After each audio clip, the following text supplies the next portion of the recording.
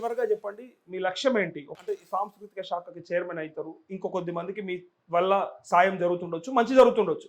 అయినప్పటికీ చివరిగా మీ గోల్ ఏంటి, మీ లక్ష్యం ఏంటిది? నేను గతంలో కూడా అడిగినా మళ్ళీ కూడా అడుగుతున్నా.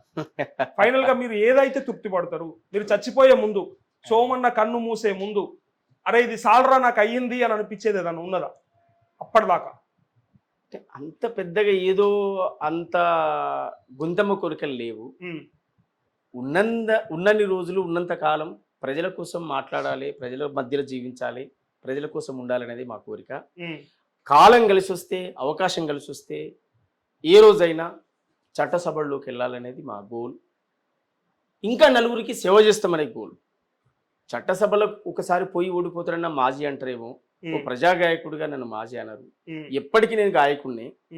కాకపోతే నన్ను నమ్ముకున్న ప్రజలకు మరింత సేవ చేయడం కోసం చట్టసభ అనేది, శాసన మండలి అనేది, లేదా అసెంబ్లీ అనేది, ప్రజల ద్వారా ఎన్నుకోబడ్డటువంటి వేదిక ఇంకా ఎక్కువ పనిచేయించగలుగుతుంది అనేది నా విశ్వాసం.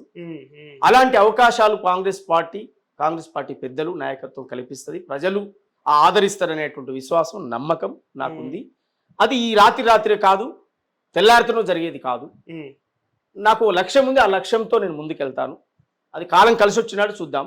నా ఎజెండా మాత్రం అది. కానీ చట్టసభ అన్నారు కాబట్టి నాకు గుర్తొచ్చింది సోమన్న, ఇప్పుడు ప్రజల మీద, ప్రజల అవసరాల మీద ఏం సోయి లేనోడు, చదువు సంధ్యలు లేనోడు, వాడి మీద ఎన్నెన్నో కేసులు ఉన్నప్పటికీ కూడా అలాంటి వాళ్ళు కూడా చట్టసభలకు పోతా ఉంటే, మనం అందరినీ చూస్తూ ఉంటే, వాడు మన నాయకుడు అని చెప్పుకునే దుస్థితి మనకుంటే, ప్రజల గురించి ప్రజల కోసం కొట్లాడే నీలాంటి గొంతు, మీలాంటి వాళ్ళని ఎందుకు ఉపయోగించుకోలేకపోతున్నాయి ఈ ప్రభుత్వాలు కానీ పార్టీలు కానీ అంటే ఏం చెప్తారు మీరు? It's a final question. ఎందుకంటే సోయి ఉన్నోని కూడా పట్టించుకోకుండా, సోయి లేని సన్నాసులను కూడా చట్టసభలకు పంపే దౌర్భాగ్యం ఉంది. వాడి ఎలా ఉంటే పార్టీలు ఉంటుండో, లేకపోతే ఇంకో పార్టీలకు పోతా ఉన్నాడు. సో ఇలాంటి వాళ్ళు అవసరమా?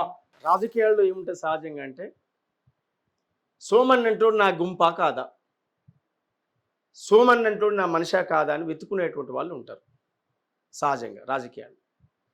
అందువల్ల రాజకీయాల్లో కూడా ప్రక్షాళన జరగాల్సినటువంటి అవసరం ఉంది. మీరన్నట్టు ప్రజల పట్ల కమిట్మెంటు, ప్రజల పట్ల బాధ్యత, ప్రజల పట్ల నిబద్ధత ఉన్నటువంటి వాళ్ళు, డబ్బులు ఉన్నాయి, ఈ పదవి యొక్క అర్థం ఏంది, ఈ పదవి వస్తే ఎవరికి ఉపయోగపడాలి, ఏం చేయాలనేటువంటి ఒక సోయి ఉన్నటువంటి వాడు వస్తే నిజంగా నమ్మిన నాయకునికి న్యాయం జరుగుతుంది, నమ్ముకున్న ప్రజలకు న్యాయం జరుగుతుంది.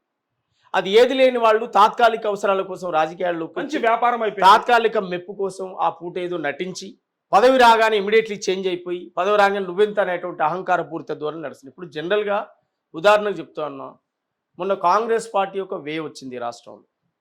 అది ఎవరు అవునన్నా కాదన్నా ఆ వేని క్రియేటివిటీ చేసింది రేవంత్ రెడ్డి గారు.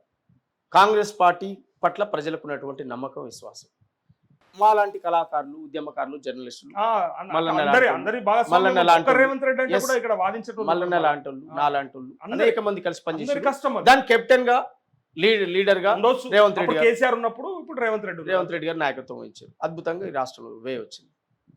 అంటే ఇట్లాంటి అవకాశాలు కాలం కలిసి వచ్చిన కొంతమంది కూడా ఏమనుకుంటారు, నామకం చూసి ఓటేసిరేమో, ఎవరికి వాడు భుజాలు తీసుకుంటారు. అదే ఉందా ఇప్పుడున్న సమస్య? 50,000, 60,000, 70,000 ఇట్లా మెజార్టీ. చాలా కాన్స్టిట్యూషన్లు అంత మెజార్టీలు వచ్చినటువంటి కాన్స్టిట్యూషన్లు ఉన్నాయి.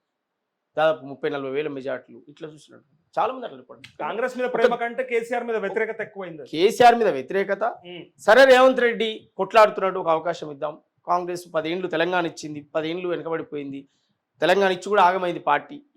అన్ని కలిసి వచ్చిన ఒక మాట చెప్పాలంటే రేవంత్ రెడ్డి గారి నాయకత్వంలో ఇవన్నీ ఫైట్ జరిగింది. నేనేమంటున్నానంటే అది కాంగ్రెసా, టీఆర్ఎస్ఆ, ఇంకో పార్టీ కాదు. మీరు పవర్ పాలిటిక్స్ గురించి మాట్లాడేది కనుక నేను దాని గురించి మాట్లాడతాను.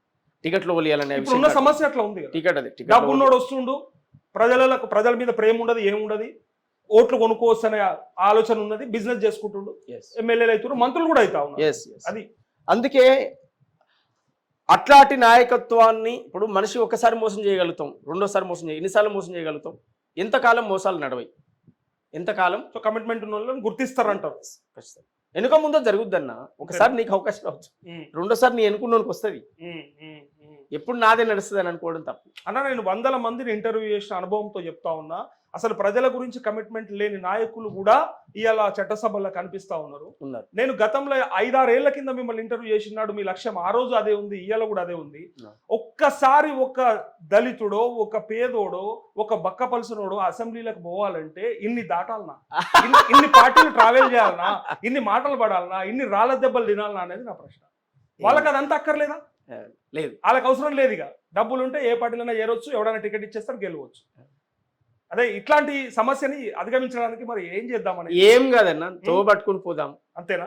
కూర్చుంటే చెదలు పడుతుంది, నడిస్తే తోవ పడుతుంది, ఏడికన్నా పోదాం, ఎట్లయితే అట్లయితే. Thank you so much Somanna, thank you so much. Wish you all the best అన్న.